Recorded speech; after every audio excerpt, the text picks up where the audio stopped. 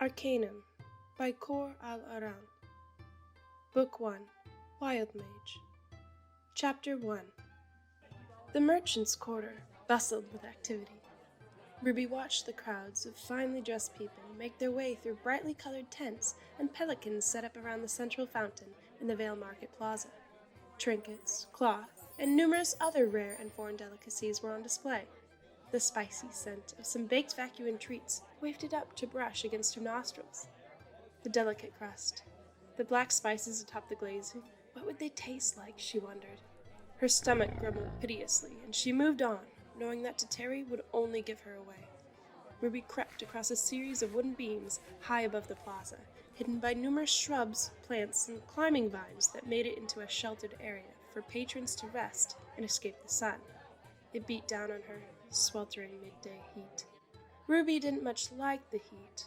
Her skin was too delicate, so fair that it burned easily, and just as like to peel if she was caught out in it too long. Her shoulder-length black hair, tinted at the ends a crimson, protected her bare shoulders, but no more. The gray button-up shirt and black trousers did little to shield her from it, but then it was too hot to bring a cloak. The city of Vale was burning, trapped in the grip of a relentless summer. And in truth, she was not supposed to be here. Yang won't know, Ruby thought, creeping further along the trellis. She patted the small leather pouch on her side, content in the knowledge she'd completed her morning's work. The message had been delivered, another retrieved for her boss. Once she delivered it, it was job done. She could afford to dawdle a little, and it wasn't every day a job took her out of the poorer parts of the city. It wasn't the market or the sweet treats Ruby had come to see, however. As the sun reached its zenith, a small group appeared, as they did every day, on the western edge of the plaza. The crowds made way for them, without protest, the small group cutting through people like a fish through river water. Cowled figures, hooded and adorned with the finest of robes, gold scrolling, strange and mysterious runes and images etched into their cloaks. They moved with purpose, only 3 of them all, but they had the presence of 10 men. Arcanists, wielders of magic, the arcane arts, mysterious and powerful beyond measure. They stood head and shoulders above the men and women of the city, especially those of her ilk. Licking her lips, Ruby took a step closer, seeking a better view. Her foot sought purchase on a wooden slat hidden by a wild bouquet of tulips. The moment she put her weight on it, the wood cracked violently and gave way. Startled, Ruby stumbled and almost fell, catching herself on a different beam before she could, and hanging precariously.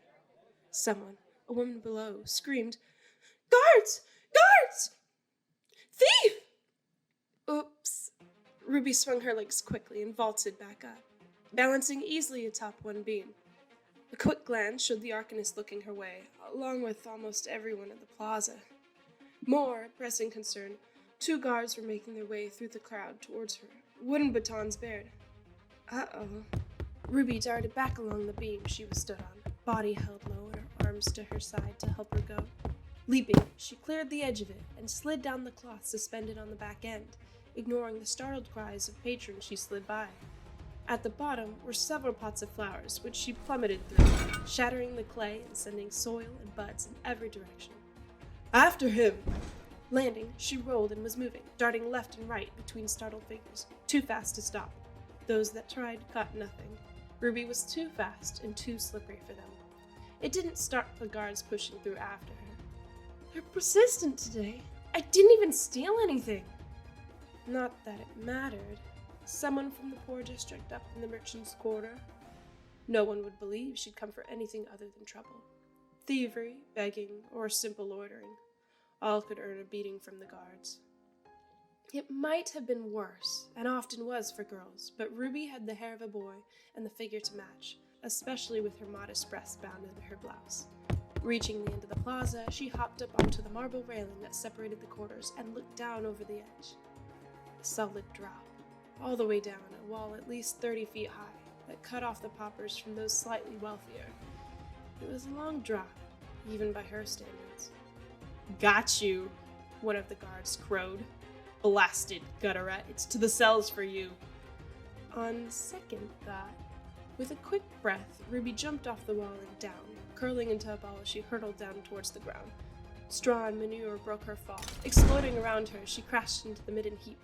The trash was accumulated as those in the district above threw it down, passing their problems onto the district below, where it would collect and fester unless dealt with. The foul, acrid smell of animal waste assaulted her nostrils, a far cry from the sweet spices from before. Pinching her nose, Ruby rolled out of the heap and onto her feet, staggered for a moment, and then caught herself with a heavy gasp.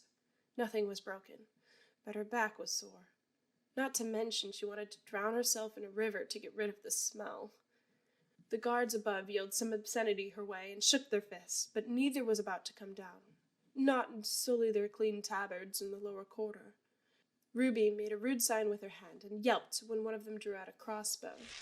Darting out of the way and around a corner, she caught her breath against a wall. That was close. Closer than it should have been. She'd let her mind wander. A silly mistake in what Yang called enemy territory. It wasn't, but it might as well have been. That was certainly how the wealthier members of Vale saw them. They wouldn't have erected walls around the slums if that weren't the case. Great big gated things that looked like the walls surrounding the city itself. Yet these ones designed to keep the unsavory elements of the city trapped in their own quarter. The other quarters were even built up higher, their waste and refuse falling on those below. You could find a few nice things like that, scavenging what was tossed aside from above. It wasn't the best of work, but if it kept someone eating, it was worth it. Ruby winced and made to sneak away, only to freeze when a hand grabbed her shoulder. "Ruby, is that you? You smell like shit." Ruby winced and spun, preparing for a mugging, but presented with something far worse. A familiar face. "Melanie, I can explain." "Whoa, not so close. Or at least stand downwind." "Ugh." The pretty girl pinched her nose between her finger and thumb and leaned back. Short and lithe, Melanie held the dubious honor of being Junior's favorite.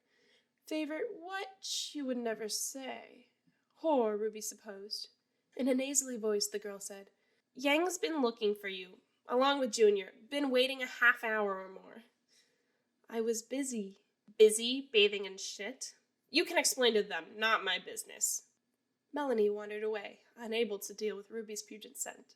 She was a harsh and rude girl, nice enough if anyone born in the lower quarter could be considered nice, but only to those she cared enough about.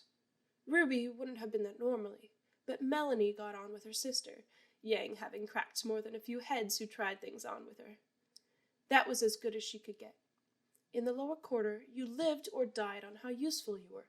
Community spirit, Yang would say. You want food, you either pay for it, steal it, or do a favor with someone who has spare. Yang stole. Ruby did favors, though thankfully not those kind of favors. She didn't have the body for it. Too wiry, too short, and too much like a boy. Not even one of those pretty boys who plied their trade in bodies on the borders of the merchant district. Just a gangly, greasy, silver-eyed tomboy. It kept her safe. Kept her running messages instead of spreading her legs. Or worse. Scrambling around the edge of the building, Ruby made her way towards Junior's crib, avoiding the pleading eyes of beggars, and the hungry ones of those about to turn from beggar to mugger, maybe killer. She kept a grip on the tiny knife on her belt, not only as protection, but also to prevent anyone trying to steal it. As she got closer to Junior's turf, she relaxed. People knew her here, knew better than to think her a safe target. Her sister stood before the entrance, one foot up against the wall, one hand playing with a knife, picking dirt from her fingers.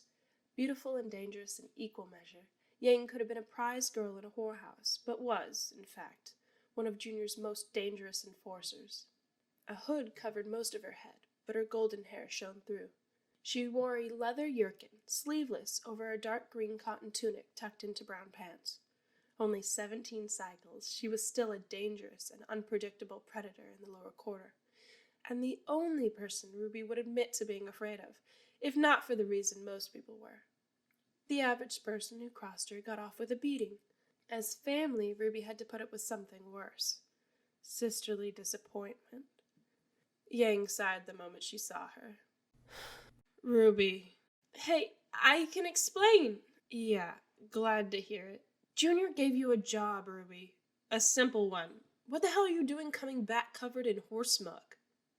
Yang pushed off the wall and approached, sheathing her dagger at her hip. She pushed back her hood, revealing long and luscious golden blonde hair, much unlike Ruby's short cropped black. I slept up a horse's backside. Ruby winced. She knew that Yang had figured it out, the questions being more a test. Lie, and Yang would get angry. Tell the truth, and she'd still be angry, but at least she wouldn't get a lecture for the lying. Off the wall? And what, Yang said with an exasperated sigh, were you doing on the wall? Last I checked, Junior sent you to the gates, not through or over 'em. Unable to answer, Ruby shrugged helplessly. Damn it, Ruby. I've told you about this. You need to get your head out of the clouds. We don't belong up there. We're orphans, scum. The lower quarter is our home, and we make the best of it we can. It doesn't include risking your life to get a glimpse of those born lucky. I was just looking. Yeah, and getting into trouble for it, I imagine. You could have found a safer way down otherwise. Let me guess, you saw something that caught your eye and got caught in turn? Had to run away from the guards? How's that for a guess? Ruby kicked at the floor nervously. What am I going to do with you? Come on, at least tell me you delivered the message Junior sent you for. Yes, Ruby excitedly brought her pouch forward and offered it to Yang, eager to lighten her telling off. And I got one in return. That's great. Yang leaned back. To be fair, the leather pouch was also covered in muck. You can, give that to him yourself. I think he's got another job for you. Yang sighed and caught Ruby by the hood before she could slip by. Bath first, she grunted, dragging Ruby away. Junior isn't going to see you looking and smelling like that.